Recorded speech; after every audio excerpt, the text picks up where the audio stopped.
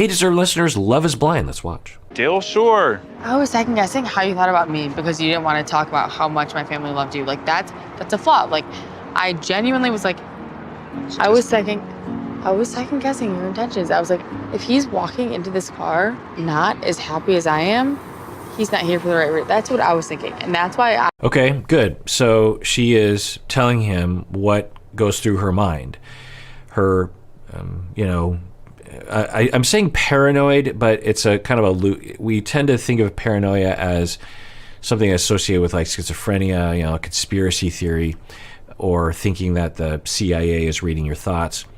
But the word paranoid is more generally used in my field to refer to overly concerned, why is it hard for me to come up?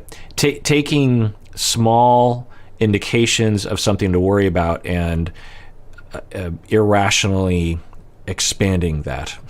That's a terrible definition, but I'm going to stand by it. So when we have attachment insecurity, we tend to be paranoid. We're paranoid that our partners are going to leave us. If we have avoidant attachment, then we're paranoid that so attachment insecurity, whatever style it is all based on this notion of paranoia that people aren't going to be there when they can be. But because when we were young, life taught us that humans aren't there for us, we generalized that to all humans instead of realizing it was just our parents, or it was just the people taking care of me, or that one person that was taking care of me.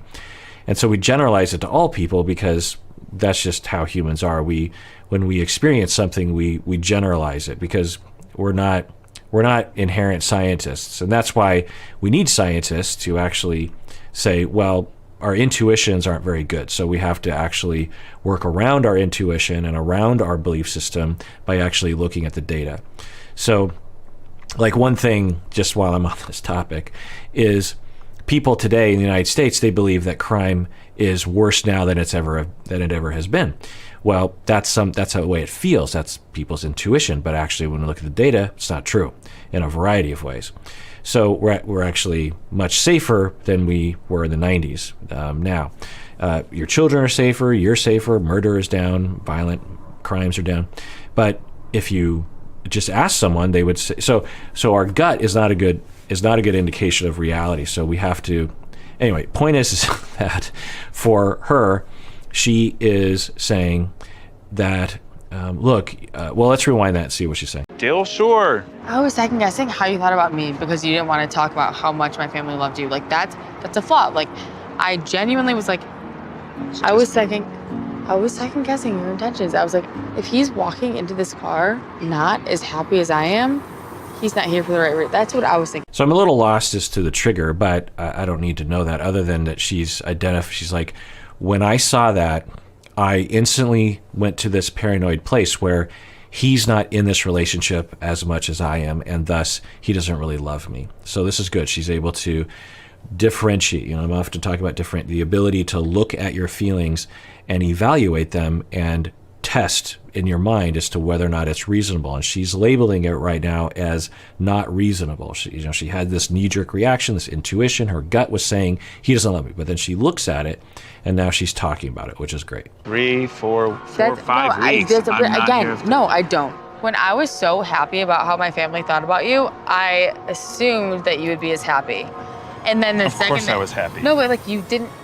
You complained about your friends right away, and I was like, okay, so if all he wants to talk about is friends, does he actually like me for the right reasons? So I'm still mostly lost on what the trigger is, but at the very least, she is getting into that talk, and if I were there, I would help him a little bit, but he seems to be not triggered in terms of complex PTSD, but he seems to be a little hurt by the accusation, because I think what she's saying is, you weren't as enthusiastic about my family. My family really liked you, and I was watching the way you reacted to that knowledge, and you didn't seem to be as enthusiastic as I was. And then I went to a place of, he must not really love me and he's going to leave me. And that's an accusation that I think he's receiving. He's just like, wait, so you interpreted my reaction to your family liking me as being kind of like meh? That's not how I felt. And so I think he's pushing back on that. And so it's like it started out pretty well, but it's just like, I wish I was there because I could help them. It'd be so easy. It's just like, it's right there, and they both have the will and they both have the self-awareness enough that it's just like, no, wait, like, let's look at this. And I'm very sorry that I ruined what was, I know, a very important day to you and also me, because this matters to me. Like, if we're gonna get married in 2 weeks, I'm not fucking around. I didn't think you were until after my family. Like, that was the only time that I thought maybe you were. Because in the moment, I thought... Okay, so he's keeping it together for the most part. He's emphasizing and he's reeling it in and saying reassuring things in a forceful way. She's receiving that and working with it. Because, we've seen where this can go. That very first conversation they had along these lines when he went to the party, that's when things very quickly fell apart. He started calling her she did this, but more so he started calling her toxic, and then things really flew apart. So it's better than that, but it's not ideal, because the ideal would be, and it's asking too much given I think where Danielle is at, is for Danielle to say, I have relational traumas from my childhood that make me extremely paranoid about what is in your mind. And I will literally invent thoughts in your head when they don't exist. I will automatically assume, based on extremely dubious evidence, that you do not love me and you're going to leave me. I insert that into your head and then I believe it. I insert it into your head and then I believe it. And then I get destroyed by it. And then I get in a bad mood and then I want to push you away. That's happening right now. So I'm just going to acknowledge that. And what I need from you is, I'm just begging you to reassure me that you love me. And that's what I just need. I need you to hold me. I need you to tell me that you love me.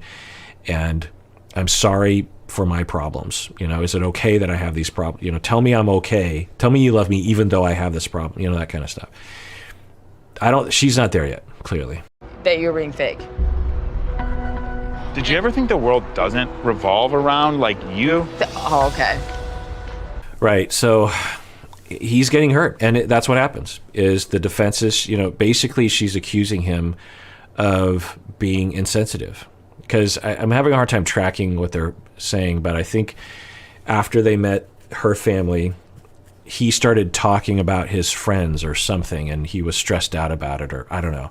And then she misinterpreted that as some signal that he wasn't as excited about meeting her family. And then she started to think, well, that means he doesn't love me, and then da-da-da.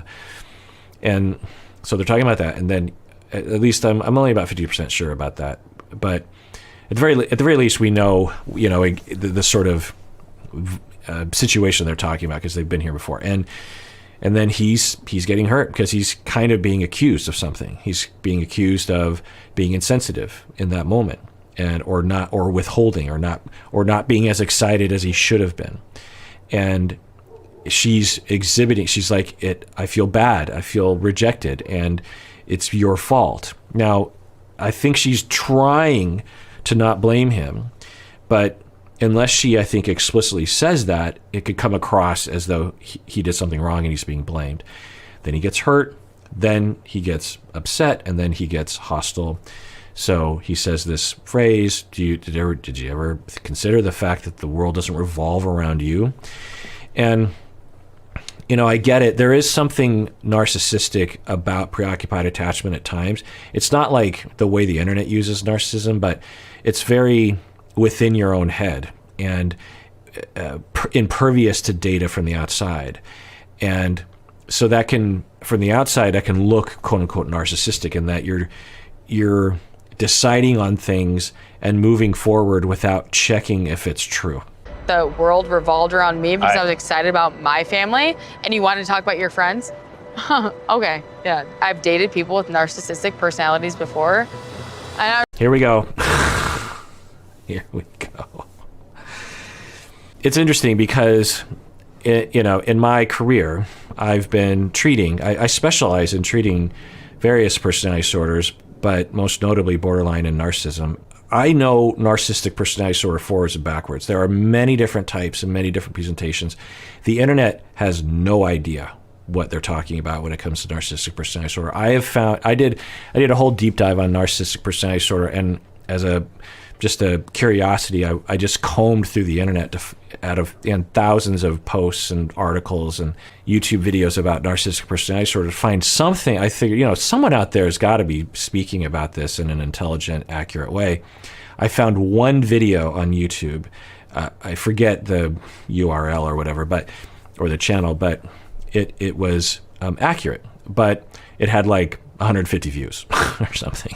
So then I started wondering, well, how are people using this term? And the way people are using it, it's a constructed idea that it lives outside of the clinical world and the clinical definition, but people are using the clinical language, which is worrisome to me. It's fine if people are like, I wish people would just say, like in this instance, if she were just say, I kind of feel like you're self-centered. Okay, that's more specific, right? And that's less of a pathology and more of just a adjective. You're just like, I feel like you're not paying attention to me. You're not being empathetic to my situation. You're thinking about yourself too much. But they're both essentially accusing the other person of this. Do you ever think the world doesn't revolve around you? And then she starts saying, I've dated narcissistic people before, and essentially saying, you're narcissistic. I think I did have the speculation about what they're fighting about correct, that he went to her family's house, they're leaving, and he was excited, but then he started talking about his friends. It was something stressful to him, and she interpreted that as hurtful. And now she's like, you're narcissistic because you started talking about your friends after we left my parents' house. I was just like, fuck. Just because we were at your family's house yesterday doesn't mean that I didn't have family texting me and friends texting me and not texting me and things going on. So the world revolves around me because your friends were texting you while you were at my mom. I don't understand that. Yeah, this is coming off the rails. I mean, it's not as off the rails as that other time, but they've crossed the Rubicon now, and they're triggered. They're not really understanding each other. They're just trying to win. Let's see if you can rein it in. I don't.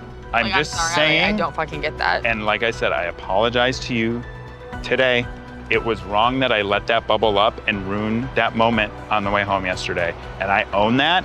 And I'm sorry that I did that. So if I'm understanding the situation right, I don't understand what he's apologizing for. Maybe he's just saying it to smooth things over, but what it sounds like is they had a nice time at her family's house. There's a lot of things that happened. He was there for a long time, and he was a very attentive, good guy around his family, and the family really liked him. I mean, the family made it pretty easy to be a good guy around them, but anyway.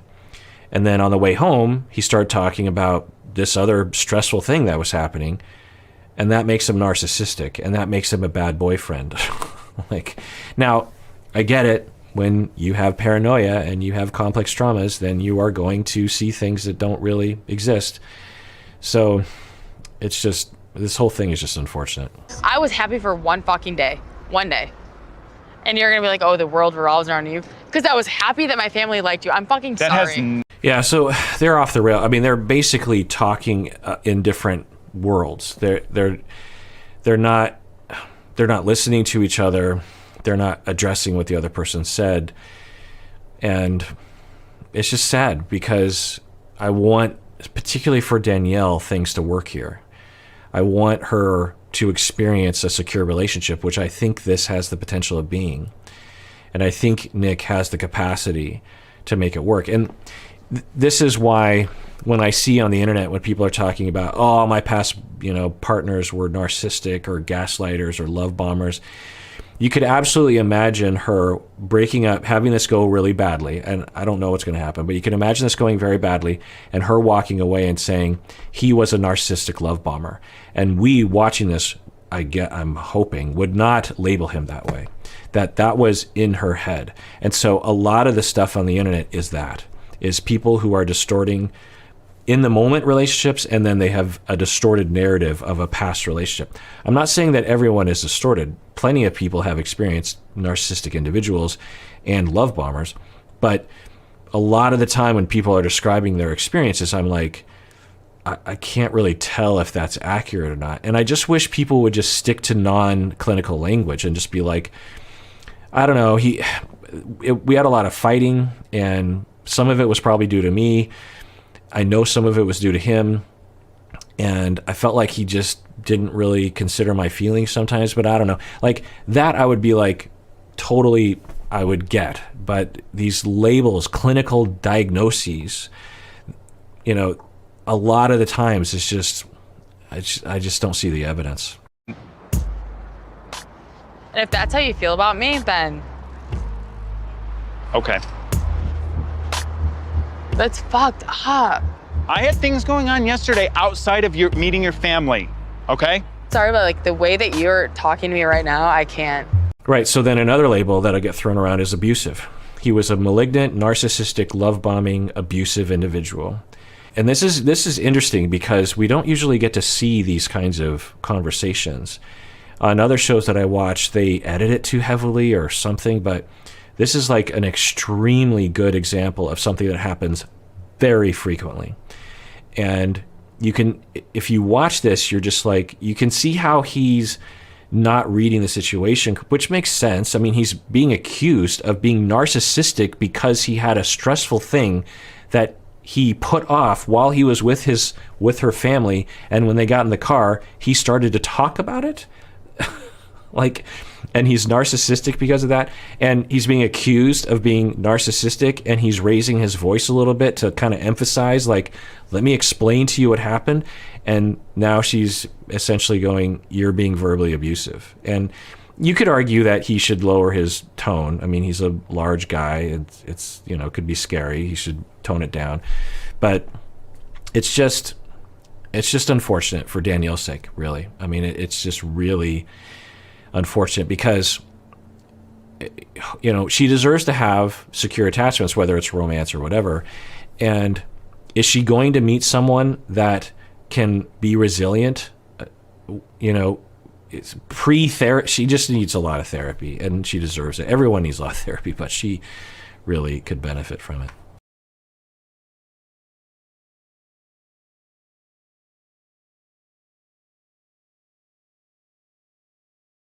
I can't do this right now.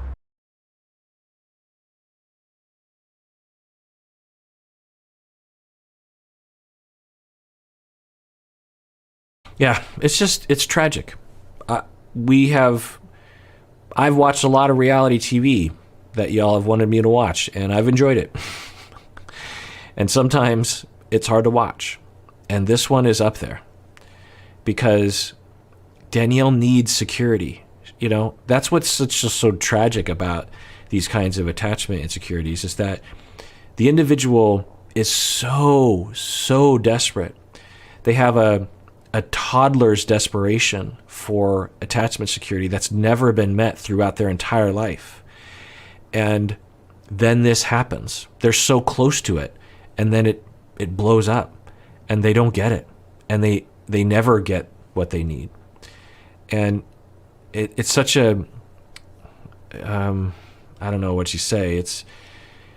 It's the trauma that just keeps on giving. You know, not only did she go through, in all likelihood, I don't know, I'm speculating, some sort of relational traumas that resulted in the attachment insecurity to begin with, but then the attachment insecurity causes more relational traumas that cause more attachment insecurity, and it's totally unfair. You know, Danielle doesn't deserve any of this. She didn't create any of this. And, you know, it's just, like, for him, if they break up, I suspect that he'll be fine, not only in recovery, but also in the next person that he decides to commit to. But for her, what do we predict for her? If this doesn't work, what do we predict for her? Yeah. How are you? I'm okay. How are you? Terrific. Yeah? Sarcasm. That doesn't sound like you're terrific. I mean, last night went great for the most part and then derailed. Yeah. So now they're going to have another conversation post-fight, and she seems more regulated than before. He does too. So now let's see how they manage this conversation. So I don't have a good prognosis for this situation because they don't have a way of navigating the problem, and it's getting worse, and it usually does. And without some kind of outside intervention or some sort of outside intervention, whether it's her reading a bunch of articles on it or getting therapy or something, or the two of them, then it usually spins. Because what happens is, for her, she starts to associate him with danger and is even more easily triggered as time goes forward. He starts to equate her as someone who is mean and accusatory and judgmental and hostile and unfair, which erodes people in his position, their motivation to be resilient and to give her the benefit of the doubt, which when the fight comes next, it's like, here we go again, And so I'm terribly worried about these two. I feel like we both said things that we probably shouldn't have, and things escalated a bit. But you said I was a narcissist. Yeah. So she's saying, we both said things, and okay, it's a good place to start. She's essentially admitting fault, and it's a good thing whenever you're in this kind of conversation to just, don't get into a conversation about like, well, you did more. It's just like, yeah, we both said things, just because both people probably believe the other person did more. That's okay. We don't have to agree on that, but we can both agree we both did things. Let's each take turns talking about what we did. But then he immediately goes to, but you did this to me. Okay. So he could have done better by saying, yeah, I shouldn't have done this, this, and this. And then that would helped her to step forward and say, yeah, and I shouldn't have done this, this, and this. So this isn't starting off well. When that's the most important thing in our relationship was you meeting my family, and you knew that from like when we were in the pods. Like, that's how I interpret it, as you not caring. Meeting your family was really important to me. And not just because it was important to you, but because I want them to think of me as family. And that's so important to me, and the person... Okay, they're still in the realm of constructive talk. She's saying, she could tone it down a little bit, but she's saying, it was very important for me for you to meet my family. It's just such a black and white way of looking at things, right? Like, the data is he, while I think at the family's house, was getting texts, maybe even fielding phone calls away from everyone else because some drama was happening with his friends and family or something. And instead of seeing it as, wow, he got along really well with my family and he's really spending the time to be with my family, and he's also involved in this really big drama with other people. Both can exist in the same situation, but for her, it's black and white. It's like either you are 100% interested in seeing my family at the expense of all outside influence, or you didn't even want to be there and you don't love me. That I'm with because of, I don't always feel a part of my family. I don't always feel integrated into my family. I sometimes literally think that like they forget I exist. That is important to me. It was important to me. And all right, we just learned a little bit about him. He's saying, I don't feel integrated with my family. He talked about, he grew up Catholic. He says that his family's pretty reserved, and he's saying that sometimes I wonder if my family even knows I exist. So that actually lends itself to its own attachment insecurity. Sometimes avoidance will emerge from that general emotional neglect, that kind of thing. He doesn't show extreme signs of that, but it is a data point that we can note. Sorry that in that moment, I let something else interrupt my focus and my train of thought. I wish I could take it back. I wish I didn't say. So here we are again, where he's apologizing for something that I don't think he needs to apologize for. So unless I'm missing something, which is entirely possible, I'm not there all the time, he was an extremely attentive guest to her family, was a great guy with them, and also had this other thing that was happening. And now he's saying, I'm sorry for... Now, maybe he should have not attended to those texts or something, maybe, I don't know. But I worry because this model isn't going to work. What their pattern, which is pretty solid at this point. I mean, they've had at least 3 or 4 instances of this cycle where she gets triggered, which is going to happen because she hasn't been through 15 years of therapy yet. I'm exaggerating a little bit for effect, but given the way she presents, I wouldn't be surprised if it takes a long time, years. And because it takes a long time to have enough corrective experiences to counteract what you went through when you were young. I'm speculating a lot about her. I have no idea. I would have to ask her. But anyway, so we've seen a number of different, turns of the cycle where she gets triggered, which is pretty much automatically going to happen, seemingly. And then she accuses him of something. He gets triggered. He fights back. They explode. Then they come together and he apologizes. And she's more reasonable, but not taking full responsibility, really. And he's the one leading the charge with, I'm sorry, I shouldn't have done that. When I'm guessing that's just going to take a toll on his love for her, that he has to sacrifice himself in ways that I don't know if it necessarily resonates with him. That the world revolves around you, or however it came out. I mean, that he should apologize for, saying that the world, that was a mean thing to say and really pushed it over the edge. So, yeah, he should apologize for that. But the rest of it, I'm not sure. And when I work with couples like this, one of the best things that he can do is to be vulnerable and say, I'm just so confused. I don't know what happened. I'm sorry for saying the things that I did, and I just don't want to lose you. And the fight, it really hurt my feeling, that kind of thing. Because one, it's fair, and two, it helps people in her position to see, because one of the problems that preoccupied people will create is they'll create kind of a parent-child dynamic where their partners are invincible and have no vulnerabilities, and the way that a child thinks about a parent. And of course, it makes sense that attachment insecure individual would create that because they're trying to correct for what happened in their past by recreating what happened in their past.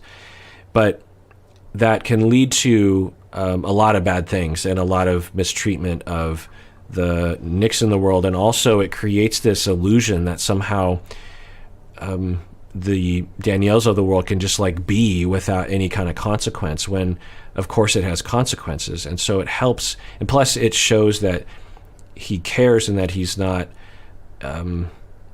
cold and not connected, So I don't know, but I don't see this working unless they have help. I love Nick so much, but I am noticing the differences in our communication styles, and the way that we're communicating with each other kind of is causing arguments. And that's scary. And if we can't kind of fix this simple communication error between us, we're not going to be ready to get married. Yeah, so it's just so, I worry mainly for Danielle, as I've been saying, because if this doesn't work out, how is it ever going to work out? And I don't know her future. I don't even know her, but I just don't see it. So she's framing it as a mild communication problem, and that is just not how I would describe it. I know I've hurt you, and it was totally unintentional. I didn't meeting your family had nothing to do with my stuff going on. The thought of you being upset at all is terrible. The thought of me being the reason that you're upset is even worse. Okay, they've turned a corner to Constructiveville, which is good. He's again leading the charge by apologizing, but having it be a little bit more, I think, balanced for him. He's not sacrificing himself. He's just saying, I'm sorry that it happened that way. And then, and she's being helpful too. And so I was mad at myself too, because I love you, and the thought of me being the reason that you're not happy kills me. I know, I just feel like you are always there for me when I'm feeling emotional, and you always make me feel 10 times better when I'm going through stuff. So to know that you go through stuff that I wasn't able to help you through, you know, that hurts. Yeah, it's interesting. So this is actually extremely healthy and self-aware, which, I don't know, it's like it gives me hope when she's like this, but then it's so quickly discarded or something. But so yeah, this is another aspect of preoccupation, is that when, not for everyone, but for a lot of people, you know, I've been describing a possible experience for preoccupied individuals where they have inconsistent parenting and an attunement, and one of the, somehow, whether it's divorce or depressed parent or narcissistic parent or stressed out parents or parents who are preoccupied themselves, that kind of thing, or avoidant parents, disorganized parents, that one of the coping mechanisms that you develop as a very young person, we're talking like literally 18 months old. We're not talking like 7. We're talking at the very beginning stages of development of your brain, that you learn, oh, I have to be extremely hyper attuned to what my parent is feeling, because if I am attuned to them, then I can, 1, predict what's going to happen with me because things are all over the board, and 2, I might even be able to game the system. I might be able to even affect my parent so that I can get my needs met. And so some preoccupied people are very good at reading other people's emotions, or at least they think they're very good at reading other people's emotions. And there's a lot of enmeshment there, right? And anxiety when they can't read other people. And so they're hyper vigilant, and they're very attuned to their parent will, you'll hear some preoccupied people, they'll talk about how when their parent came home from work, just based on tiny little indications of body movements or voice tone, they instantly knew what mood that their parent was in. And you know, they do that because, again, they're trying to game the system because they're not getting their needs met. And one of the things that can happen to a child is that when a parent is in a bad mood, it is utterly devastating and terrifying to the child because they know this is going to be very bad for them. Because when their parent's in a bad mood, they do not get their needs met. They might even get abused. And we don't know about the father, right? We haven't met him, so who knows what was going on there. But anyway, so sometimes as an adult with this experience, not all preoccupied people, but many, they will be utterly terrified when their partner has a negative emotion, even if it has nothing to do with them. But they will think it has to do with them because children think everything has to do with them. They think the world revolves around them, and it should revolve around them to a large extent. And they will assume, oh, my parent's in a bad mood because I'm a bad person, and they internalize all that, and then they transfer that to their partners and to me as a therapist. If they somehow perceive that I'm in a bad mood, which sometimes they'll distort, sometimes I'm tired or whatever, they'll think it's because of them, that they're insufficient, they're wrong, and I know that, and I'm actively rejecting them, and it can cause a lot of anxiety. So she's talking about that. She's aware of that, which is good. She's like, when you're experiencing something bad and I can't fix it, it kills me. And that's a lot of awareness. And so hopefully she can build on that. And like, again, I understand that you don't communicate your emotions as much as I do, but I want you to, because I want to be there for you like you are me, you know? Because it means so much to me that you... I mean, this is good. And we might be hearing a little bit of avoidant indications from him of not communicating his feelings. But it's not really clear.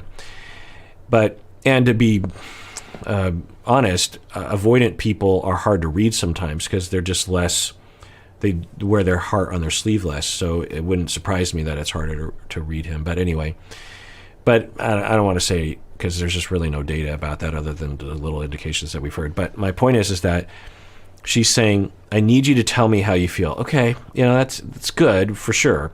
But it's not really hitting the mark. It's not really addressing the foundation of all this. You are there for me all the time. And his ability to, see past it and put aside his pride and to hug her and to be there for her, to be, when she's crying, it provokes his empathy and it gives him a chance to take care of her instead of attacking him and calling him a narcissist or something. And so, the ability for her to be real and vulnerable and cry and say, it just destroys me when you're upset about something, and it just kills me. And that can, if they can do this frequently, it might be a protective factor.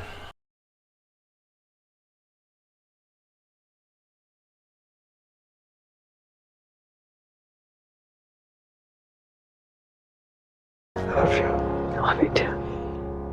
It's just so interesting that, I've been talking about attachment security and particularly preoccupied attachment in these reaction videos for years. And I've, speculated about various different cast members. I can never know. I would have to ask them. But I've never seen such a set of data that indicates it. Nothing even comes close. I think of other couples like Ariella. Who else had signs of preoccupation? Jasmine. If I really sat down and wrote it out, I could. There's a fairly long list of preoccupied individuals. I mean, you could actually argue that Angela, and she has a particular, defensive set to her preoccupation. She's frequently making up seemingly reasons to be paranoid about Michael. It's hard to know with that one. But we've never seen such, because this show, I think, goes into more depth, or the cast members are more vulnerable on camera or something. But this is just like straight down the middle, an indication of preoccupation. I can never know, of course. I would have to ask her. I never just diagnose people. And this isn't really a diagnosis. It's not like in the DSM. It's a clinical label. But anyway, it's fascinating, I will tell you, and terrifying, because, and sometimes the cast members will watch this, and Danielle, if you're watching, if you want to, I'm not going to be your therapist, but if you want to reach out to me and get some advice about, steps to take in terms of treatment and support, I 100% welcome that, not only for your sake, but for mine, because I worry about you. I have a lot of stuff. I have my video games that I would have to bring. What are we gonna do with those? That's what I'm like, no, Rock Band stuff's gotta have some place to go. It's 100% coming here with me. But where do we store, like a closet? I kind of like mine just out. Yeah, Rock Band. Love Rock Band. It's been a while since I've had my stuff out. Yeah. So she likes Rock Band, and I mean, I get it. It's not very nice to look at. I totally understand that. But it's when you want to play it, you don't want to have to, pull everything out of the closet and put everything together. You just want to like jump. And I had a custom made, so I have electric drums that, by Roland, and there was this outfit that would make a custom controller so that you could use regular like good electric drums, so solid electric drums with actual professional grade foot pedals and stuff. I had that hooked up to Rock Band on my Xbox, and of all the instruments that you can play on Rock Band, drums is the closest to the actual instrument. Guitar, you don't play guitar by just going like this, 5 buttons. The singing is, you could still be a terrible singer and still get a good grade on Rock Band, but drums, in fact, about half of my skill on playing the drums comes from Rock Band. I was always proud of myself. I was able to get to expert level with Rush, Limelight. And I mean, I never hit all the marks for sure, but I didn't get bumped off the song. Anyway, let's get back. Easy No, you access. Oh, what? Just wait till you get to my apartment. It's all out. Really? I play it all the time. You would just have it out? I do have it out. But like, can we like put it in that bin? A drum set? You can't just have it out. We're not 15. Yeah, I get that totally. But, so you got to make compromises if she's going to move in. Now, the issue is I think it's a 1-bedroom, and so they just have this, common space, the living room space, and so there's no room you could put it away in. I actually had my drum set kind of tucked away, and I actually would cover it with a sheet because I didn't like looking at it all the time. But when I wanted to play, I could rip off the sheet and play. Make Nick potentially say no at the altar, and that breaks my heart to even think about. We have so much fun together, and we like doing the same things, but it's like, it really is those like terrible times that we've had to go through where I'm like, holy shit, if I was going through this with anyone And other what than kind him. of terrible times? I mean, Well, you that's guys what I have only was been saying, together for how long? Uh-oh. So, I don't know if I've been showing it, but the mom, this is Nick's mom and siblings, I believe, and she's just scowling the whole time. And I guess on a certain level, you would be rational to be skeptical that, wait, you're on a reality TV show, you just met this person a couple weeks ago, and you're going to get married? Like, what? How does that work? But you wouldn't necessarily show it, right? Especially if your son seemed sincere. So there's some rationality to her skepticism, but the scowling, the immediate judgment, the not respecting your son's. I mean, he's in his 30s. I think he, should be respected in this way. Doesn't seem like an irrational, hasty individual. So I don't know. I don't know what this says about what, because I'm always wondering, like, what was Nick's upbringing like? And I don't know if we could ever tell from these shows anything, but it is notable to see the mom's reaction. Just like blow up and escalate into big things. And then you start talking about other things. Are you going to be able to handle his obsession with twice-a-day showers? What? I don't do that anymore. You don't? He was Yeah. very anal retentive about the shower. Can we like use not anal retentive? It's been interesting to see the different, I don't know if I've shown all the different families meeting the new, in-law, but it's interesting to see the different reactions. And Nick's family seems to be skeptical, almost indifferent, trying to, mess things up a little bit. It's interesting. I mean, I guess we saw with Shayna's family, it was not welcome. And you're so, I don't want to say obsessed about the divorce. I know you've never been happy about it. No. I am happy about it because you and Dad hated each other. And if you stayed together, I think... So it's interesting, just the tone that he's being talked to, down to. Everyone's talking down to him. They're like, yo, he's really particular. Oh, how are you going to deal with the fact that he takes 2 showers a day? Like, who cares about taking, he's really particular about taking 2 showers in a day. Like, what? Like, you monitor your brother's shower habits at 1, 2? Who cares? Like, what do you think his fiance is going to say? 2 showers? I'm out of here. Disgusting. Like, what's the, like, what are you going to handle that, he likes to eat a soup with a spoon, or I don't know. So anyway, my point is that there's just a tone towards him, which I don't know if they're just playing it up or if this is indicative of what his whole life was like. It kind of looks like it's a ongoing pattern. Yeah. We all would have been really fucked up. We don't want to get married for the wrong reasons. Don't ever want to get divorced. Don't ever want to... And then we hear them saying, how are you going to handle the divorce? I'm just trying to figure, like, what does that have to do? And they're saying, because we know you took it really hard. So they're observing that. And, a lot of people take divorcing parents really hard. So he's, he's on the defensive. So best case scenario, Danielle will say, wow, your family was kind of mean to you and I felt bad for you. Let's hope that happens. It's not like anybody sets out to do that. Yeah. And it's such a quick process. Like, how do you know there aren't going to be the little things that get in the way or the bigger things? Like, I know you guys talked about kids and talked about that, but like, when the honeymoon phase is over, do you guys have a big enough foundation that it's of like trust or whatever in each other that it's going to even last past that? So it's not a bad question, but it's the tone. Do you see the tone, the facial expression of like, how do you even know? Like that kind of, your despicable kind of judgment tone towards them. Again, the question isn't irrational. It's like, you barely know each other. How do you know you actually have a strong foundation? Now, so I don't know if they're playing it up for the camera or they're told by the producers to ask these questions, and in regular life they wouldn't say this in front of her. They would pull him aside and just say, hey, let's talk about this. So I can't really know, but we're definitely seeing a pattern. Where we are opposite, it almost complements each other. He saw me have a really, really bad panic attack in Mexico. And so I was like, oh my gosh, like, is he gonna change his mind? But the way that he was there for me, like, went above and beyond, like, anything that I could have wanted.